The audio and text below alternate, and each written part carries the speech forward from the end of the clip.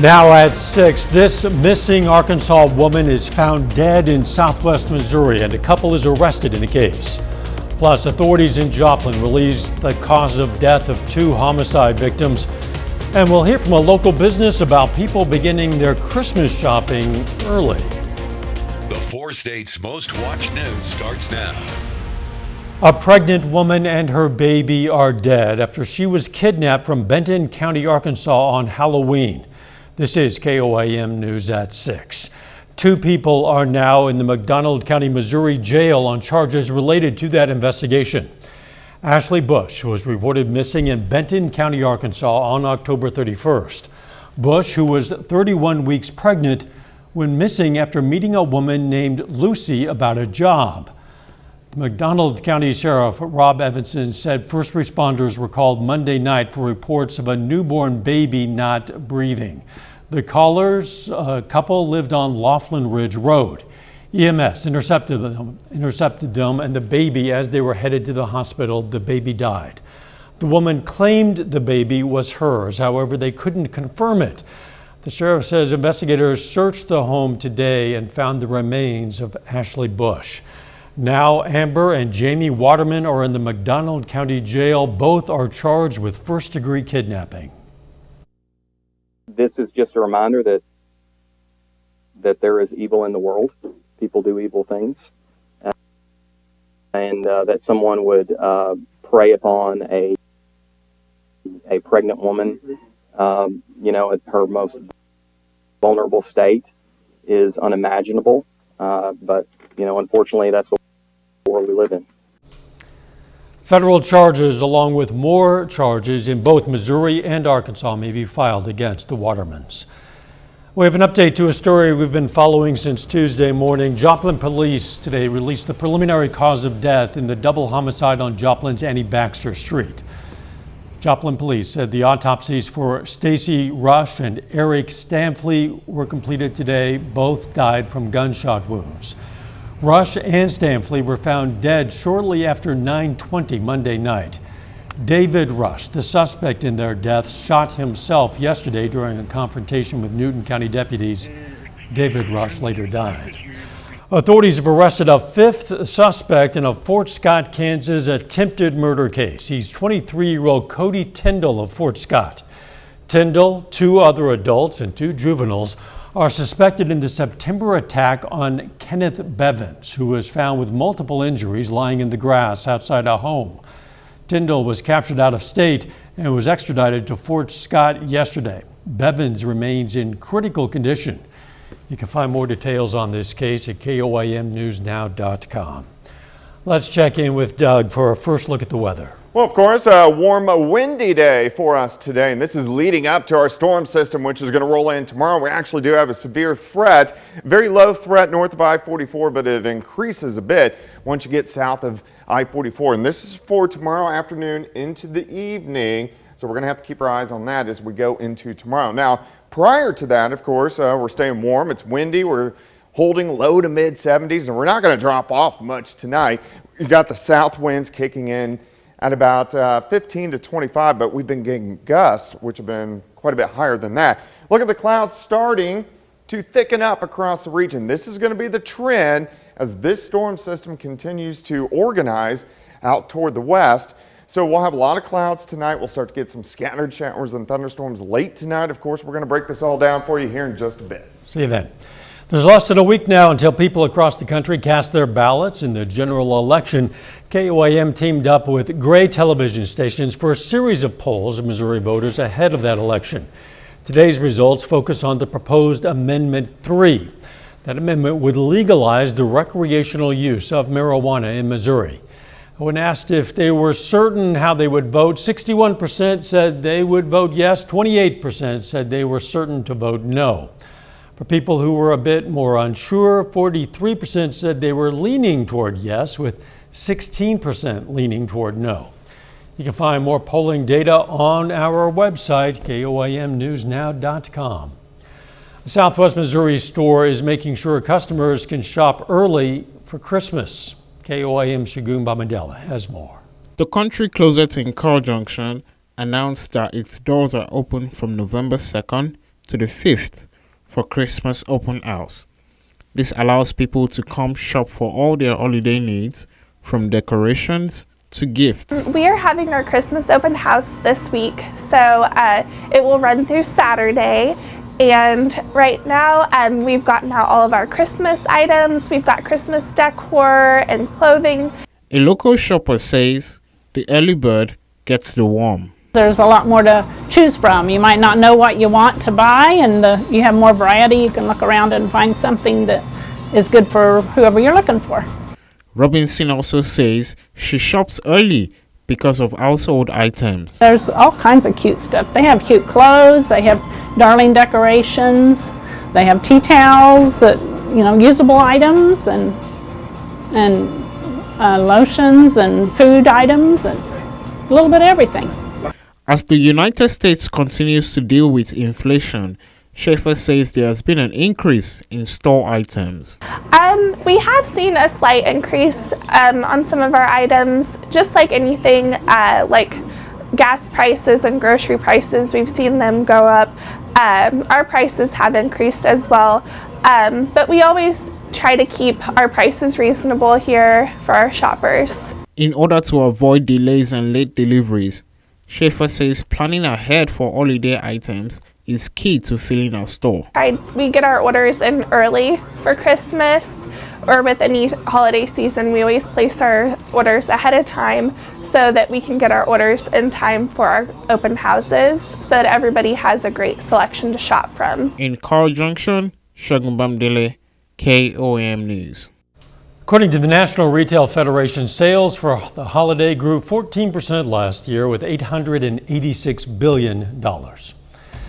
Coming up, how Pitt State is recognizing the accomplishments of its staff who are published authors. Plus, McDonald County High School students get a lesson on what it's like to drive under the influence.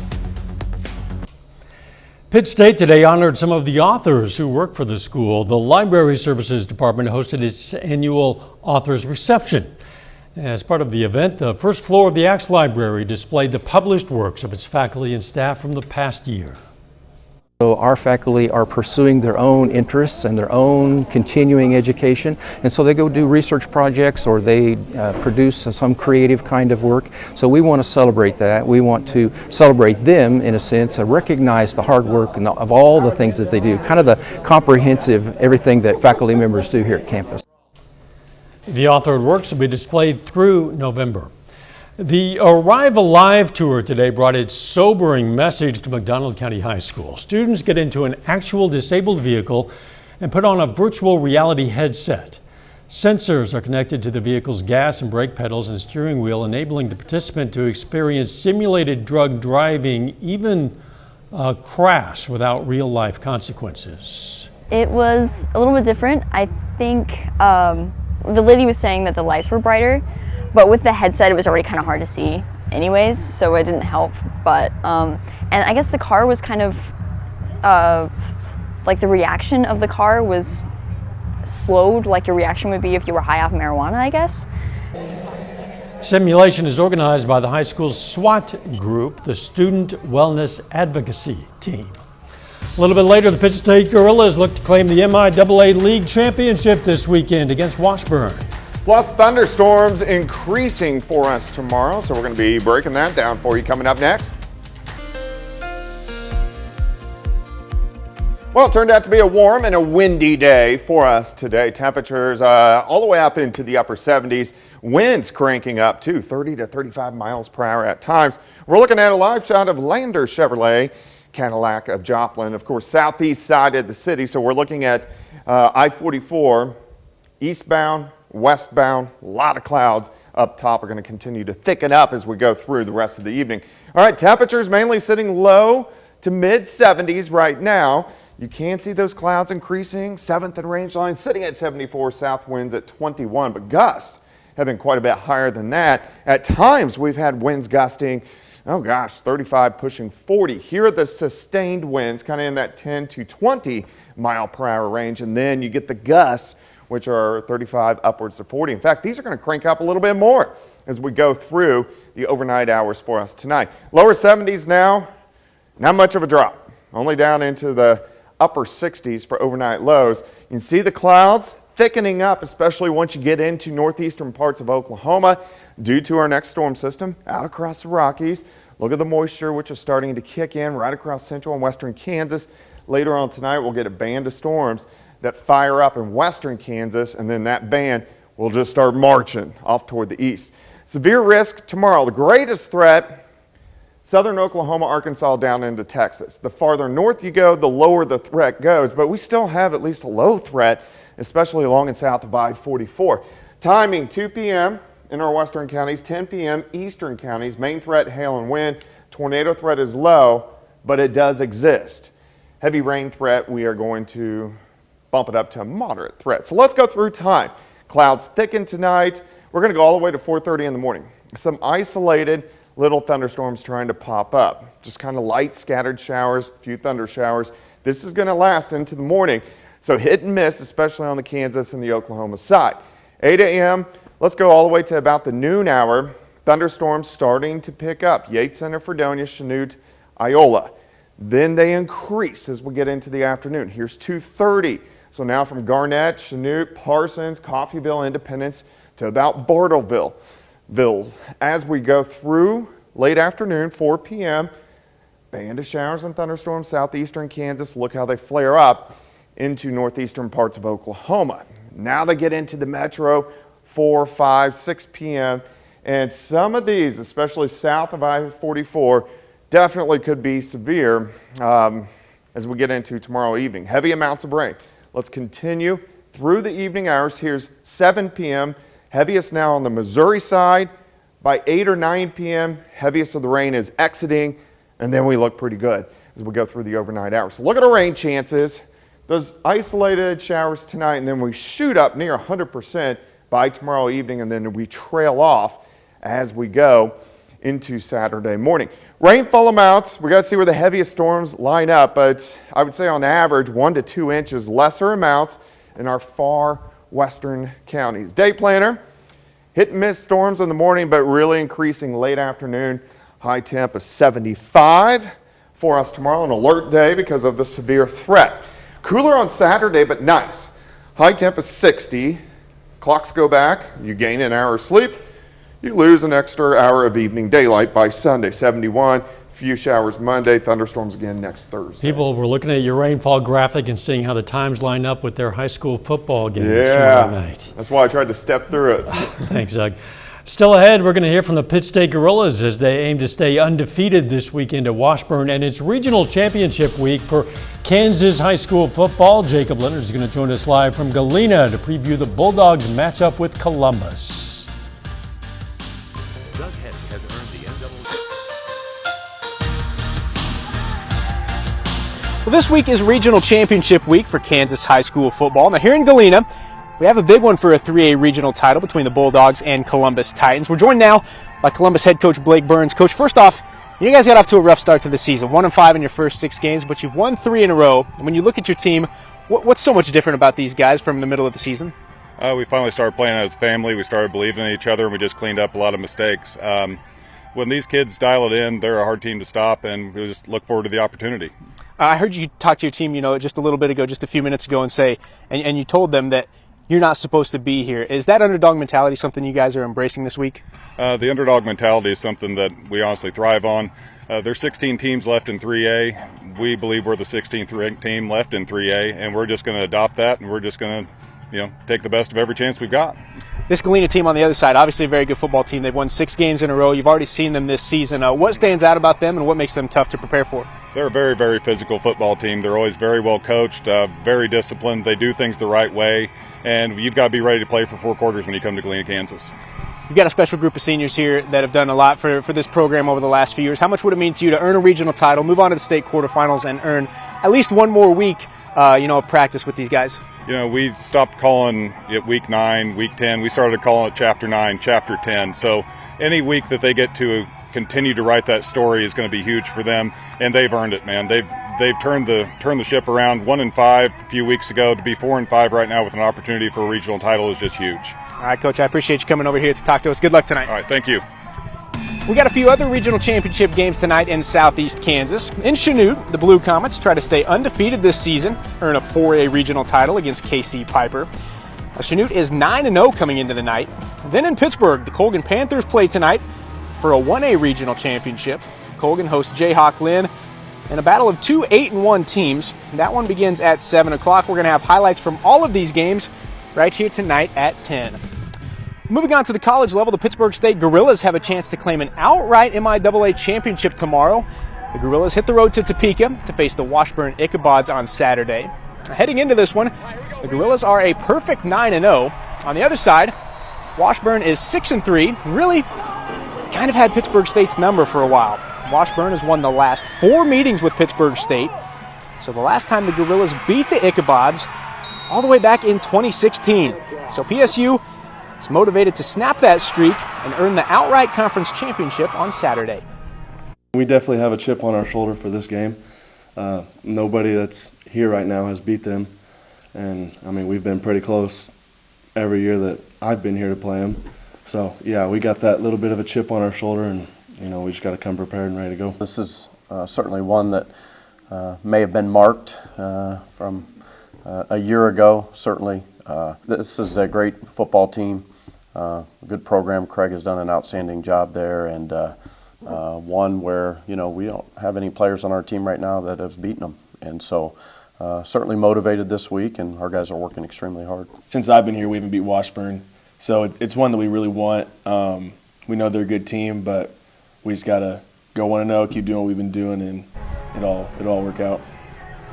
That Pittsburgh State-Washburn game will kick off at 1 o'clock on Saturday. That's a look at sports. Be sure to join us right back here on KOAM at 10. We'll have highlights and scores from all across the area, including this 3A regional championship game here in Galena between the Bulldogs and Columbus Titans. We're back after this. Take time now to honor a local veteran. Wilfred Nichols of Joplin served as a staff sergeant in the U.S. Army Air Force during World War II. He was stationed in the Pacific as part of the 9th Fighter Squadron, and we're proud to salute Wilfred Nichols, a four-state hero. Here's a look at what's coming up on KOAM News on Fox 14. We're going to have the latest on the death investigation happening in Newton County, Missouri and Benton County, Arkansas. Also, the CDC updated their guidelines for prescribing opioids for pain, saying their 2016 guidelines were being implemented too strictly. And how Aldi's and Walmart are helping to ease the sting of inflation this holiday season. Those stories and more tonight after the World Series. A new after-school program at a Kansas City elementary is helping children with special needs play sports. It's all-inclusion flag football, and it's popular with students. Reporter Alan Shope has more. Hi. Chin Elementary third grader Jackson Grinter loves football. Please. Told you, when his mom found out he was going to have a chance to play it, she nearly cried. The happiness on his face. Jackson is part of the all-new after-school flag football program at Chin Elementary. No matter where you come from, no matter who you are, everyone belongs in something. Alex says it's all about outside activity and inclusion opportunity, all wrapped into learning the sport of flag football, no matter the challenges. It doesn't matter. We're all the same. We're all here to have fun. We're all here to learn something. The after-school event lasts about 45 minutes, and there's just under 70 kids involved. It's the first of its kind, all-inclusive flag football team in the area. You know, it's amazing to see it. It's cool that they know that everyone can belong. Just lightens your heart. It's not hard to include all kids of all abilities. I think, you know, ultimately it's all about coming together. Because football, please. And that means this timeout is over. Some high school football games going on tonight. Weather okay for those, maybe not tomorrow night. Correct. We are tracking some showers and thunderstorms, which are going to work in really starting tomorrow afternoon, lasting through the evening hours. Some of those could be strong, low-grade severe. That's why it's an alert day, clearing out for the weekend. Thanks for joining us. We'll see you right back here for KOAM News at 10. Let's make it a great evening.